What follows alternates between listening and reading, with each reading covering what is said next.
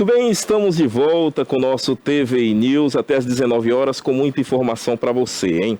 E hoje, como prometido, estou aqui ao lado da nossa colega também de TVI e advogada, doutora Úrsula Matos. Seja mais uma vez muito bem-vinda, doutora. Nós hoje estaremos continuando a falar sobre este assunto que é muito importante, que nós devemos cada vez mais evidenciar, e esse mês que é um mês muito importante também, onde comemoramos não, né, mas conscientizamos toda a população em relação à violência contra a mulher.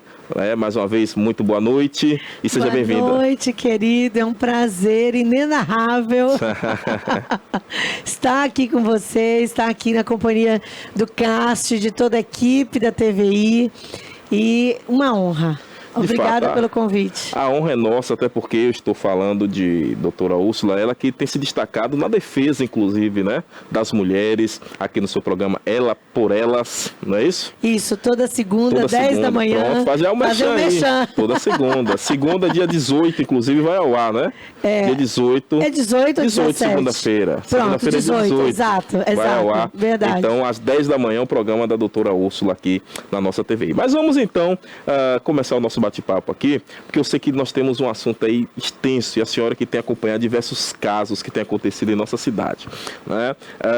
Hoje, dia 14 de agosto, já estamos praticamente no mês desse mês importante dessa conscientização, mas nunca é tarde de estarmos falando, né? Sempre devemos estar falando sobre esse assunto.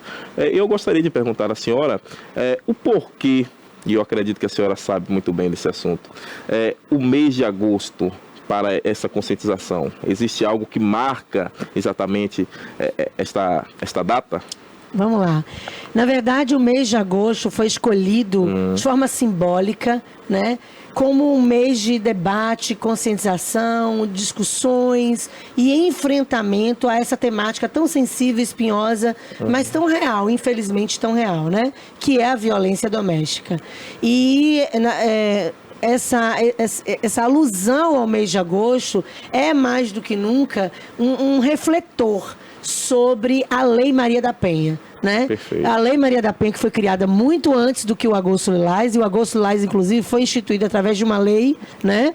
Também através de uma lei, mas que foi concebido com o intuito de se tornar o mês em que nós, enquanto sociedade civil, enquanto profissionais do direito, comunicadores, estaríamos ali jogando luz mesmo, né? Holofotes, concentrando energia no sentido de disseminar informações, de compartilhar conhecimentos para empoderar mulheres e salvar vidas. É claro, Joab, que a gente tem que falar sobre a violência doméstica e enfrentar esse tema tão sensível 365 dias por ano. Com certeza. Se for bissexto ano, 366 dias, né? Verdade. Mas é importante que, assim como o Maio Laranja, né, que é o enfrentamento à violência sexual infanto-juvenil, no maio, é importante que a gente tenha um mês específico para falar sobre isso. Por quê?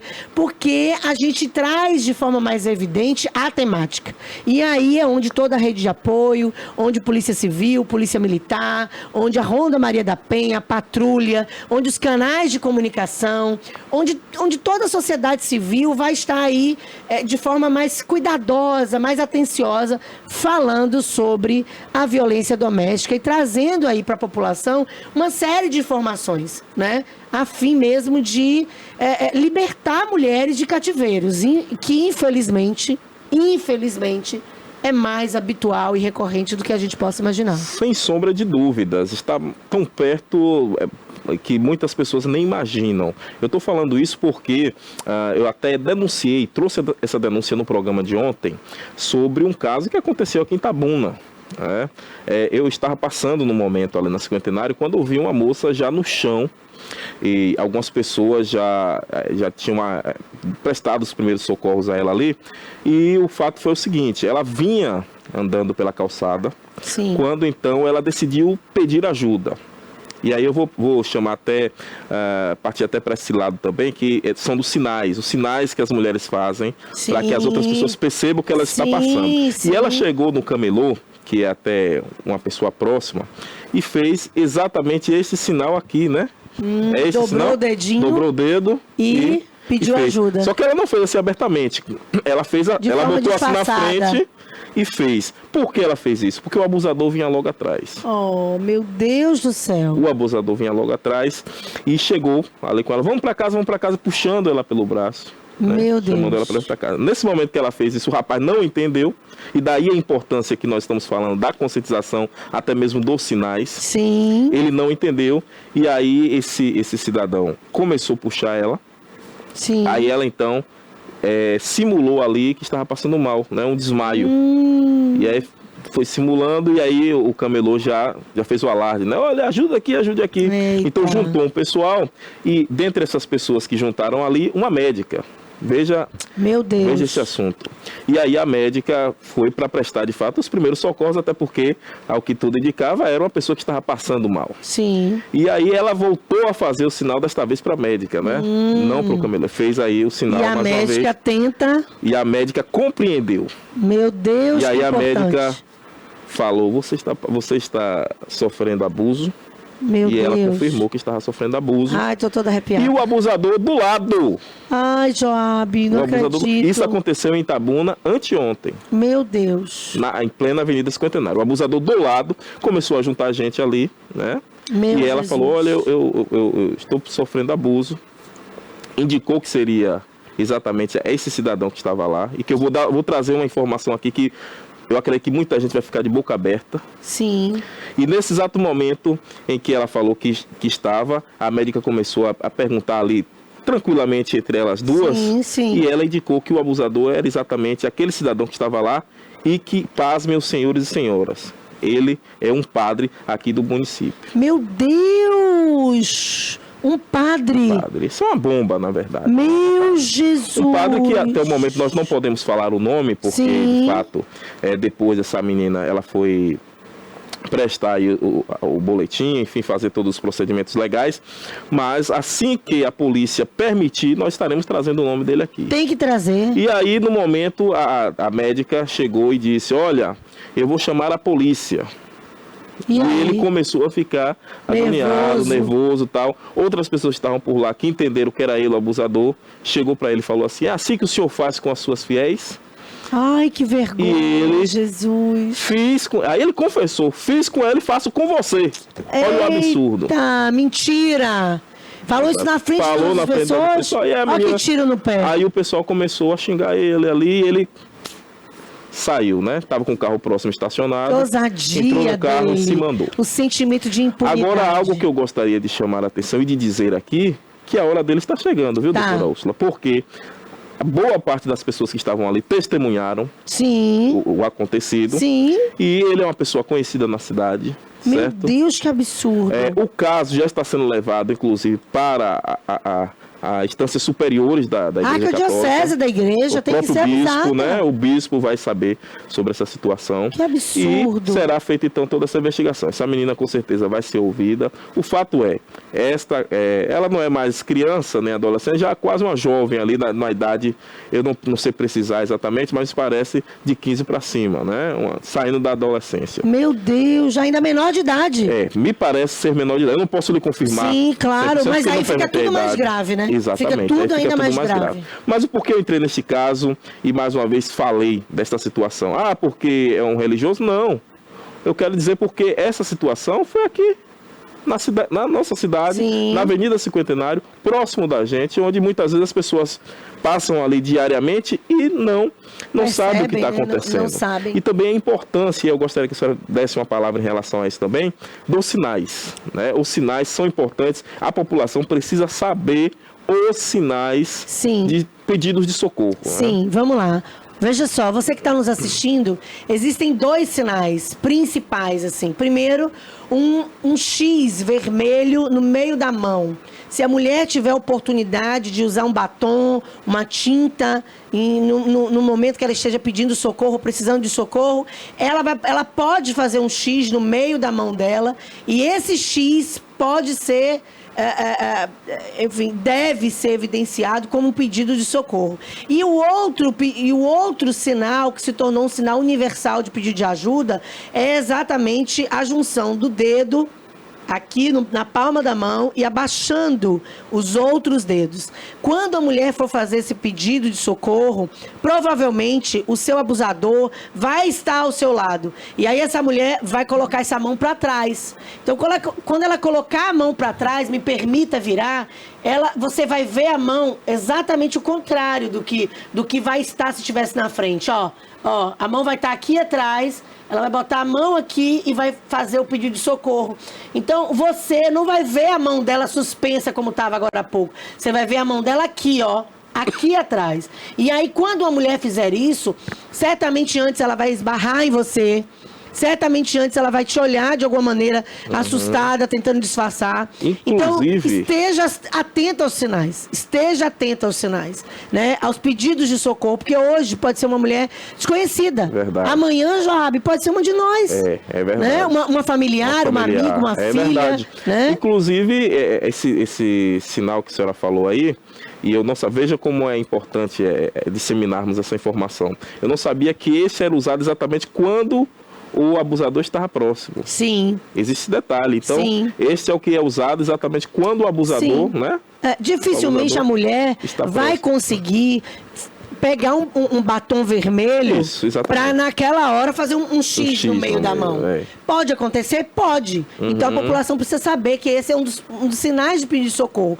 Então talvez seja mais fácil, ainda mais no meio da rua, que a mulher coloque o dedinho lá no meio e fique fazendo assim com a mão. E é importante que as pessoas entendam que isso é um pedido de socorro. Agora, Joab, me permita falar sobre a questão do religioso. A hipocrisia do nosso país é algo extremamente lamentável. E quando os líderes religiosos, eles não se colocam numa posição de abusadores, né? Protagonistas do abuso. Quantos protagonistas? Não é só o padre, não. Outro dia o caso de um pastor fazendo uma live na rede social, e aí de repente a mulher dele estava ele pedindo a mulher dele para colocar o celular no lugar, e porque a mulher dele colocou no lugar, mas o celular caiu, ele achou que não estava gravando, começou a xingar a mulher todinha. Foi mesmo. Mas já estava gravando ao vivo no Instagram. E aí a máscara dele caiu, ele agredindo a esposa. Além de xingar, ele levantou e deu um tapa nela. Meu Deus. Né? Agressão verbal e física. E física. Então, assim, a verdade é que tem muito lobo vestido e travestido de cordeiro. Então é padre, é pastor, é líder da Umbanda, do espiritismo. Infelizmente, quem vê cara não vê coração.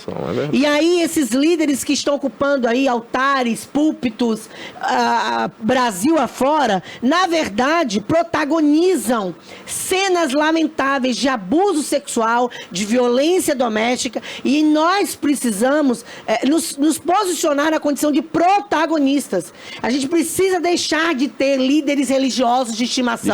Políticos de estimação. Ora, é protagonista de violência doméstica? 180, amiga, 190, acabou. Não tem essa. Se ele é padre, vamos denunciar para as autoridades lá, Convenção Batista, Convenção da Assembleia. Se ele é pastor, para a Arquidiocese. Não dá para ficar calado.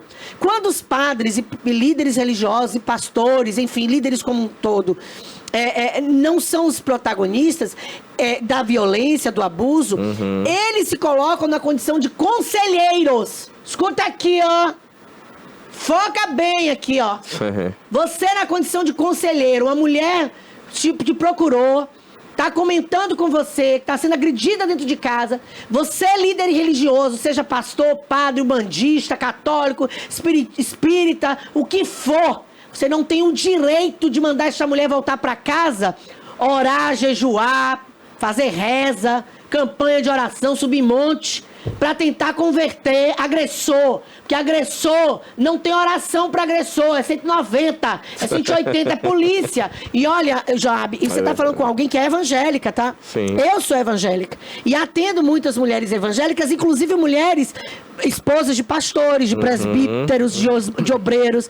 Então, eu respeito a religião de qualquer pessoa. Você quer continuar orando pelo seu marido, porque você acredita que Deus, todo direito, Deus né? pode libertar, Inclusive. Transformar, salvar, né? Deus pode restaurar o casamento. Pelo menos faça isso fora do mesmo ambiente doméstico que ele.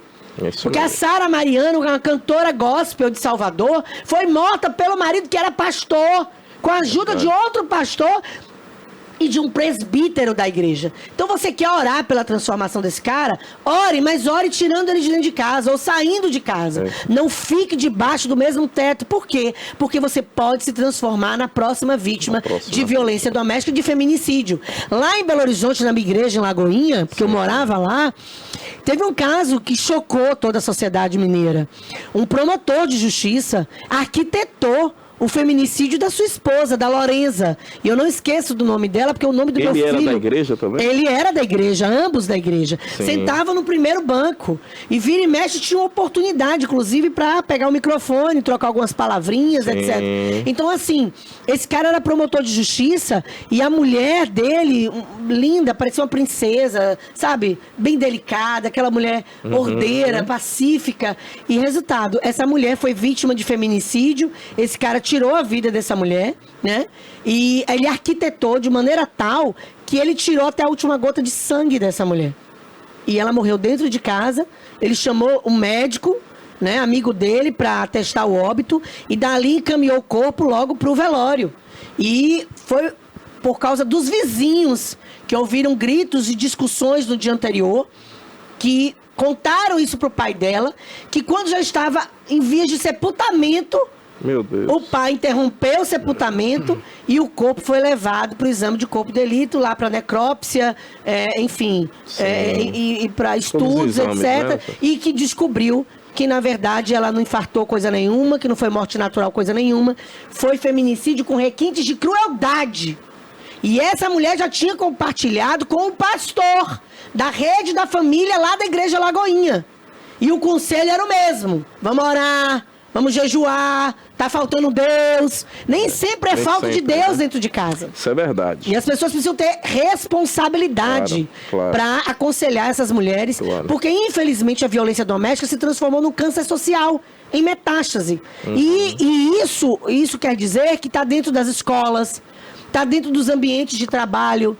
As mulheres vítimas de violência doméstica estão espalhadas pelo mundo afora. Verdade. Né? Inclusive dentro das igrejas. Isso é verdade, né? Eu, particularmente, sou muito a favor da família, mas isso que a doutora Úrsula está falando é algo muito recorrente, de fato, né? Dado ao crescimento, logicamente, não só dos protestantes, como também sou protestante e acredito, como eu disse, na família, mas dado também, muitas vezes...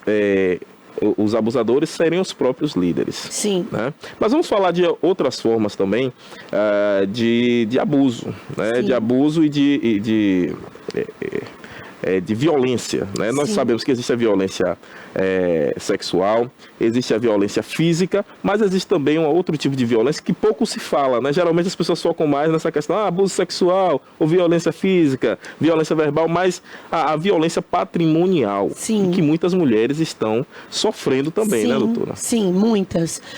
Muitas mulheres têm a sua vida financeira completamente controlada pelos seus maridos. Muitas não sabem nem quanto o marido ganha. Você sabia que isso é violência patrimonial? Não saber qual é a renda da família, não saber qual é o valor do salário do marido. O marido compra coisas e não comunica. O marido guarda dinheiro, faz aplicações ao alvedrio da esposa. A esposa não está sabendo de nada, não está conhecendo de nada. Faz investimentos, compra imóveis, às vezes coloca inclusive imóveis adquiridos com dinheiro adquirido na constância do casamento, mas coloca imóveis no nome da mãe dele, no nome dos irmãos. Isso tudo é violência patrimonial. Não bastasse isso, o controle. Muitos casais que têm empresas, por exemplo, e que ele está lá na frente da empresa, mal repassa um prolabore para a esposa, uma ajuda de custo para a esposa, e esconde absolutamente tudo dessa esposa. E quando não é assim, é tentando ocultar patrimônio e fraudando mesmo, né? Dilapidando patrimônio enquanto está casado, às vezes já está programando ali o divórcio e já está dilapidando patrimônio, mandando dinheiro para amante. Exatamente, para poder, no momento em que o divórcio for consolidado, ela também não ter. Exatamente. Tem muitos casos que chegam ao nosso conhecimento de mulheres que são surpreendidas com a notícia do divórcio e quando vai dar conta, o marido já está ali há 6, 8 meses, 1 ano, dilapidando patrimônio, tirando as aplicações, os rendimentos, as ações, comprando carro, montando lojas, colocando o nome de amantes, sabe? E eu quero dizer para você, mulher, Se porventura você descobriu que seu marido está fazendo isso, colocando patrimônio em nome de amante, ó, tudo que eventualmente ele colocou no nome da amante, a gente consegue anular e trazer de volta para o acervo patrimonial do casal. Então, descobri que ele fez uma transferência, ele fez um saque e depositou lá. Ele montou uma loja para amante dele, doutora, lá na cidadezinha do interior, na mesma cidade que a gente mora. Tudo isso aí a gente consegue fazer o lastro, fazer ali comprovar, né? Vai voltar para o patrimônio do casal, né? E aí aquela coisa, se não voltar, ao menos o valor do investimento vai se computar quando dá partilha. Então, por exemplo, a gente consegue comprovar que comprou um carro, colocou no nome da amante. O carro custou 150 mil. E aí, como é que faz? Está no nome da mulher. Se a gente comprovou que saiu do acervo patrimonial, ainda que o carro, que é um bem físico, não venha para o acervo patrimonial, o valor vai vir aqui para o montante a ser partilhado. E aí, por exemplo, tem uma casa. A casa era 500 mil para cada um. A parte dele vai se abater lá, a cota parte que ele gastou comprando o carro para a amante. Por quê? Porque ele dilapidou o patrimônio, ele colocou no nome da amante, ele transferiu de forma leviana, né, tentando fraudar o patrimônio do casal, e a gente tem como comprovar e reverter a situação. Tem muitos casos de famílias que têm empresas que a esposa participa, mas que ele está à frente de tudo. Aí, de repente, ele pega aquilo ali, coloca debaixo do pano. Às vezes, operações milionárias, Job. E ele está fazendo tudo debaixo do pano para que a esposa não saiba. Se a esposa tiver minimamente uma atenção, não entregue a tua vida financeira de mãos beijadas na mão de um homem que já demonstra, através de sinais, através de comportamentos, de atitudes, que ele é um cara que já está ali falhando de alguma maneira. As mulheres precisam tirar as escamas do romantismo, né? E às vezes estão deitadas ali do lado do maior inimigo. Então, ainda que não seja o maior inimigo, é um marido maravilhoso, fantástico, foi presente de Deus. Mas, um olho fechado e o outro aberto. Um olho fechado e o outro aberto. Você tá ali organizando, você tá entendendo? E aí, às vezes o cara tá fazendo negócios debaixo do pano para não passar para ela a cota parte dela, vice-versa. Tudo isso essa mulher precisa estar atenta. E aí, no final das contas, se no frigir dos ovos não conseguiu mapear tudo, nada que a quebra do sigilo bancário e fiscal do camarada e das empresas não seja suficiente para a gente saber qual era o gargalo e como ele fraudou o patrimônio do casal. Maravilha. Aí consegue descobrir, né? Retirar de fato todo esse sigilo. E a violência patrimonial é uma das violências, além da física que você falou e da sexual, é uma das violências que está no rol da Lei Maria da Penha. Perfeito. E não bastasse isso, tem a moral e a psicológica, né? Maravilha, que inclusive nós vamos falar também, até porque, e aí eu gostaria de incluir um outro viés, que nós estamos falando muito aqui da situação que envolve marido e mulher. Mas nós estamos no mês de conscientização contra a violência feminina. Sim. Né? Ou seja, envolve também pessoas que não são marido e mulher. Sim. Logicamente que a Lei Maria da Penha, ela tem aquela questão que tem com o envolvimento, né? Dos laços. Às vezes o irmão, às vezes o pai, às vezes um primo. Perfeito. Se tiver relações familiares, se tiver laços afetivos, não importa que seja marido e mulher. Às vezes você sabe para namorado? Sim, para namorado também. Para namorado também, até porque hoje os namoros estão bem evoluídos, né? A maioria dos namoros já são namoridos. É verdade. As pessoas já estão quase em união estável, namoro qualificado. Já estão partilhando escova de dente no mesmo ambiente, negócios, projetos em comum, mesmo estando namorando. Então, e se o namorado, de alguma forma, violentou, para ele também se aplica a Lei Maria da Penha. Maravilha. Nos casos de violência sexual, inclusive nós tivemos aqui em Itabuna, e a senhora, eu assisto volta e meia quando posso, né? Os seus quadros aqui, seu programa, e vi que foi uma das defensoras daquele caso lá do CIEP. CIEBTEC, né? CIEBTEC, desculpem, do CIEBTEC. E eu gostaria de perguntar que ponto está essa questão, está sendo feitas investigações. Sim.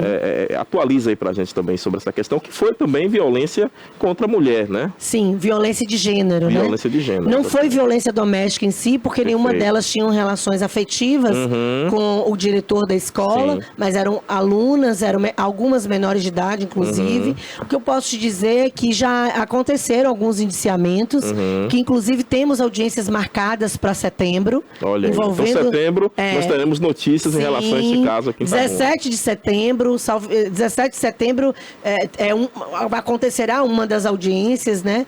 As meninas já começaram a entrar em contato. Doutora, recebi a notificação, tá aqui a data, vamos nos programar. A senhora vai com a gente, não vai? Enfim.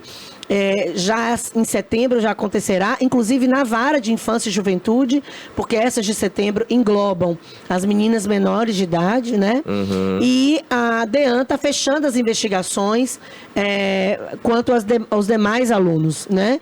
E ao que tudo indica, ainda faltava ouvir a Tina, né, que é a vice-diretora da escola, o próprio Denelísio Nobre e a diretora do NTE, Larissa Costa, além do Fladson, que era o instrutor de coreografia da Fanfarra Bantec. Eu não sei te dizer hoje, nesse momento, se a doutora Maria das Graças Valadares já ouviu todos eles ou não me foi atualizada essa informação, mas eu espero, com toda sinceridade, agora eu vou voltar aqui a minha fala para as câmeras, eu espero que a DEAN me escute, eu espero com todo o coração, de todo o coração, que as investigações sejam concluídas dentro em breve, porque a sociedade itabunense está precisando de uma resposta. Isso veio à tona no início do ano, Job. Nós já estamos em agosto, já passamos do meio do ano.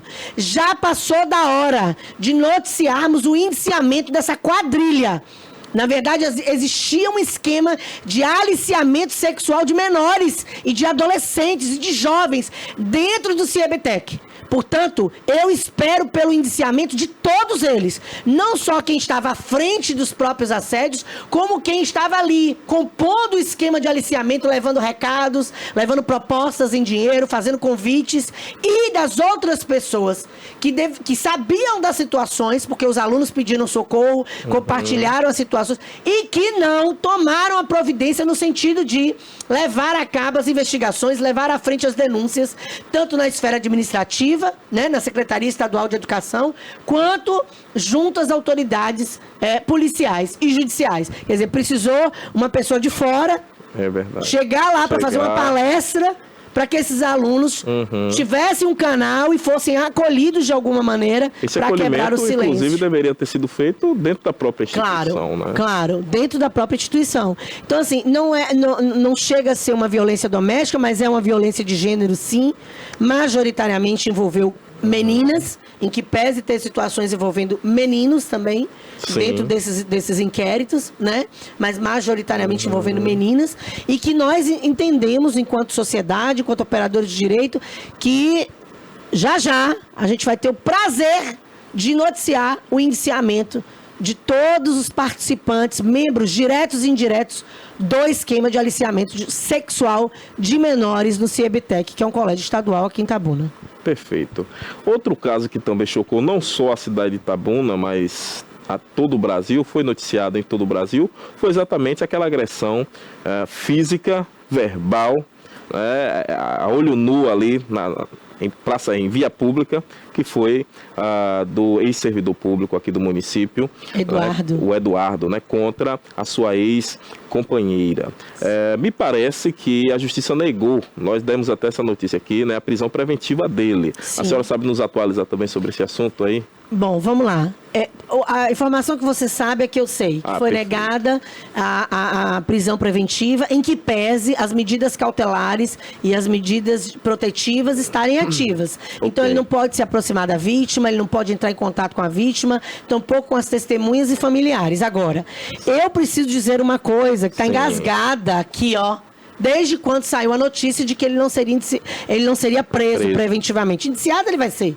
Mas preso preventivamente, está aqui engasgado, enquanto sociedade, enquanto operadora de direito. Uma vergonha. Mas não é uma vergonha só para o judiciário, não. É uma vergonha para a nossa legislação.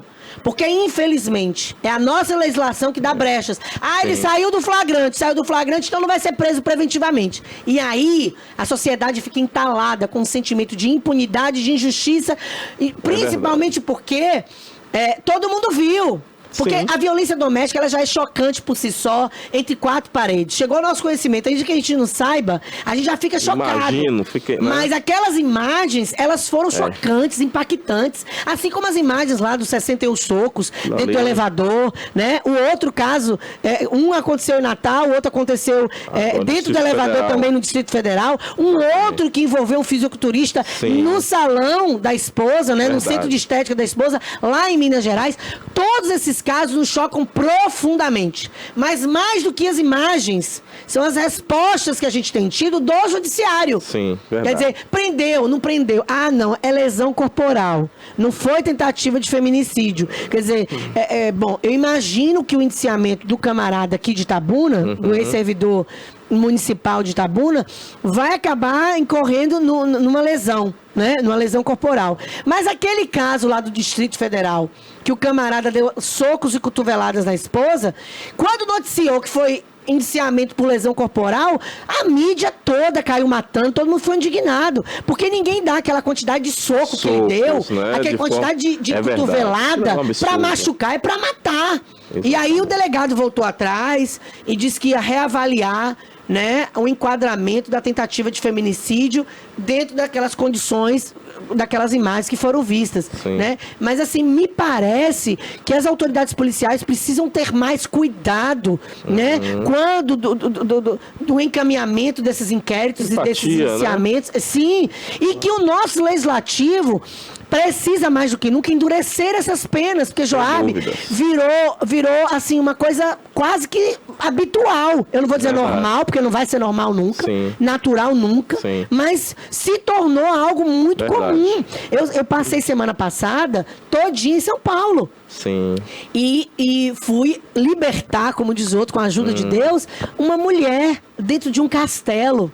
Né? E que estava vivendo como se estivesse vivendo dentro de um calabouço. Uma família AA.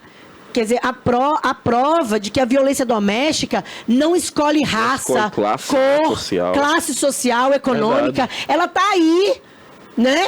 Esposas de médicos, de dentistas, aqui em Itabuna, sendo vítimas de violência doméstica, mulheres empresárias, sabe? Delegadas sendo vítimas de violência, e a gente precisa se mobilizar no sentido de cobrar das nossas autoridades legislativas o endurecimento de pena, das nossas autoridades executivas, políticas públicas voltadas para mulheres, no sentido de proporcionar liberdade financeira, proporcionar liberdade econômica, né? Proporcionar moradia para essas mulheres que às vezes não têm para onde ir, por isso que ficam ali debaixo do mesmo teto com seus algozes, né? E qualificar essas mulheres dando emprego, etc., exatamente para possibilitar essa mulher viver um novo capítulo com vida. É verdade, né? Virar essas páginas tristes e negras, né? Da história dela.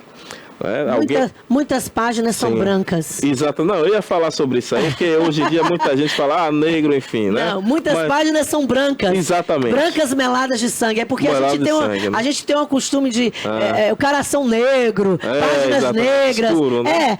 É o nosso racismo estrutural, né? Você vê que leva a mim e a você, inclusive, que é negro, falar sobre negro, isso. Né? Porque somos levados, mas infelizmente envolve, não escolhe cor, não escolhe raça. Tá aí, para todo mundo ver e saber. Sem sombra de dúvidas, doutora Úrsula. E falando um pouco agora também sobre essa questão aí a senhora falou do legislativo e do executivo. E eu gostaria de chamar a atenção de todos que estão nos assistindo. Próximo ano é o ano eleitoral. Isso. É o ano em que você retornará às urnas eletrônicas para escolher a composição do nosso Congresso Nacional. Isso. 2/3 do Senado Federal e os deputados federais também, a nossa Assembleia Legislativa da Bahia, né? E também o presidente da República e o governador. Pensem bem, gente, em quem vocês estarão votando.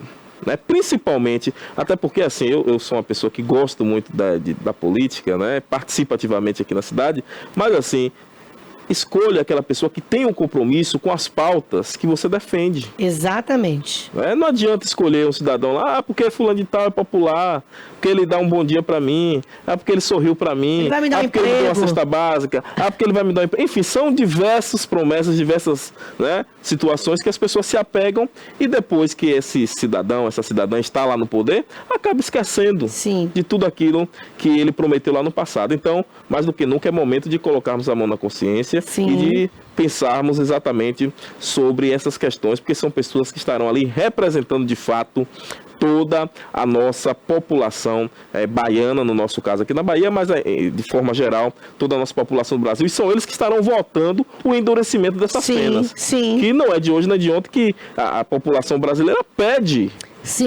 endurecimento das penas. Exato, muito tempo. Até o momento. E permita-me Claro. falar, eu falo para mulheres, votem em mulheres. Mulher, vota em mulher. Mas não é em qualquer mulher, não. Porque a Bia Kicis e a Cris Tonieto estão lá no Congresso, contrárias a Damares, que é do mesmo partido do PL, tão somente porque a Damares está lutando pela revogação da lei de alienação parental, que é uma lei que coloca em risco a vida de crianças quando as suas mães denunciam os pais pedófilos, e aí esses pais vão para a justiça dizer que as mães estão mentindo e pedem a reversão de guarda. A Damares está lutando pela revogação dessa lei, e a Bia Kicis e a Cris Tonieto dizendo que a Damares agora é feminista, que a Damares agora é esquerdista, mesmo sendo do PL. Então não é qualquer mulher, mas mulher vota em mulher. Saiba escolher. Não dê ao outro a oportunidade de falar sobre os seus problemas de gênero, sobre o seu útero, sobre as suas demandas. Escolha preferencialmente votar em mulheres. Agora, não tem nenhuma mulher que me representa. Procure homens que levantem a sua bandeira. Que lutem pela sua causa. Veja, se você é negra, se você é quilombola, procure mulheres e homens negros quilombolas que vão lutar e levantar as suas bandeiras. Se você é homossexual, vote em parlamentares que estão defendendo os seus direitos, levantando as suas bandeiras, que tenham discursos coerentes com aquilo que você quer. Se você é evangélico, se você é conservador, procure pessoas que falam a sua língua, mas que falam a sua língua respeitando, né, as minorias, respeitando os direitos alheios. Porque, veja, nós precisamos de uma vez por todas nos fazer representar dentro do Congresso, dentro do Senado, de forma lúcida. A gente tem visto muitas figuras assim, absurdas lá dentro. Sim. Muitas aberrações lá dentro. É verdade. E de pessoas que estão ali para enriquecer os próprios bolsos, para levantar bandeiras próprias, né? E que estão um pouco se lixando com as questões sociais. Então, nós precisamos ter consciência de classe e consciência de gênero na hora de votar. Inclusive, já que entramos nesse assunto aí também política, existe uma proposta, eu acredito que ainda não chegou a ser votado, mas uma proposta do Senado Federal para exatamente finalizar, acabar com a questão da reeleição para cargos do Executivo. Porém, eu acredito que essa discussão ela deve ser mais ampliada, até no sentido também do Legislativo. Porque quando nós falamos, deputado A não me representa, senadora A também não me representa, são pessoas e figurinhas que já estão por lá há cerca de mais de 20 anos. Principalmente no caso do senador, que o mandato são de 8 anos. Ou seja, quando ele é reeleito, por exemplo, o senador ele é reeleito, eles já se passaram aí cerca de 20 anos, né? 16 anos. Sim. Quase 2 décadas e aquelas mesmas pessoas ali representando. Exato. Então, mais do que nunca também fica aqui um clamor, eu acredito, de 2 cidadãos brasileiros aqui do sul da Bahia para também essa questão, né? Que a gente deve estar prestando atenção também sobre essa questão aí das mudanças dos nomes, né? Essa mudança é muito importante, não só para as pautas, mas para a democracia de forma geral. Sim. Né? Votar mais do mesmo para quê? Exatamente. A gente vai ter os mesmos resultados. Os mesmos resultados. Ou a ausência deles. Exatamente. Né? Então a gente precisa mudar. A gente precisa mudar exatamente porque a sociedade é dinâmica, as nossas necessidades evoluem, né? E a gente precisa, de uma vez por todas, se libertar de um Congresso, de um Senado muito caro, Custa dias de suor dos brasileiros. Muitos dias. Ineficiente e inoperante. Exatamente. Ineficiente. Olha quantos dias que estão obstruindo pauta para ficar discutindo questões mais restritas a um grupo A, um grupo B, e inviabilizando o trabalho da Câmara, e inviabilizando votações. Peraí, gente. Peraí, vamos refletir de uma forma séria, de uma forma contundente, porque se a gente quer um país melhor para os nossos filhos, para os nossos netos, a gente precisa começar a fazer a diferença hoje nas urnas. Isso aí, né? Dado o recado, conversamos bastante aqui sobre essa questão da violência contra a mulher. Logicamente falamos também da política, é uma coisa atrelada à outra, enfim, né? Precisamos também mobilizar o setor político, né, dos municípios, do estado e de toda a federação. Lembrando que a doutora Úrsula estará, inclusive, também em uma palestra, né, doutora Úrsula? Eu vou estar recebendo aqui também os representantes desta palestra, deste evento que acontecerá na cidade de Bicaraí. Então, atenção a vocês aí da cidade de Bicaraí. Um abraço a todos vocês, um abraço à prefeita Mona Lisa, esteve conosco aqui, Mona Lisa, né? E dizer que na quarta-feira, né, dia 20, quarta-feira, a doutora Úrsula estará por lá também. Vou pegar evento. A colinha. Pronto, fala dia 20 do 8, às 8h30 da manhã. Olha aí. Vai ser na Biblioteca Municipal de Ibicaraí, que fica na rua Princesa Isabel, número 135, Centro. Você de Bicaraí região é a nossa convidada especial, é um evento gratuito, portanto, sinta-se convidada e convide mais alguém. Maravilha, foi feito convite aí, né? Além da doutora Úrsula, outras pessoas também estarão participando, né? A Nayara Matos, que é uma mulher maravilhosa. Ela vai falar sobre a questão da liberdade financeira da mulher, da necessidade da mulher ter uma independência financeira para poder respirar, para poder escolher sair do ciclo de violência e não se sentir tão desamparada, né? Quanto ao seu sustento, ao sustento dos seus filhos, né? Olha, já é o segundo ano que eu vou para esse mesmo evento e que ela vai. Olha aí, então você já se conhece. É um show a palestra da Duas figuras boas, viu? Um show mesmo. Olha aí. E você não perde não, hein? Não perde de jeito nenhum. Muito bem. Mais uma vez agradecer sua presença aqui, viu, doutora? Eu que agradeço. Obrigado. Muitíssimo. Continue nessa pegada aí de defesa. Inclusive, eu acredito que ela tem até um lado aí para política também. Tu acha? Fala bem. Eu acredito que ela num plenário de uma Câmara dessa aí, seja de Itabuna, de outra cidade, vai fazer a diferença. Será, Jesus do céu. É de se pensar, tá certo?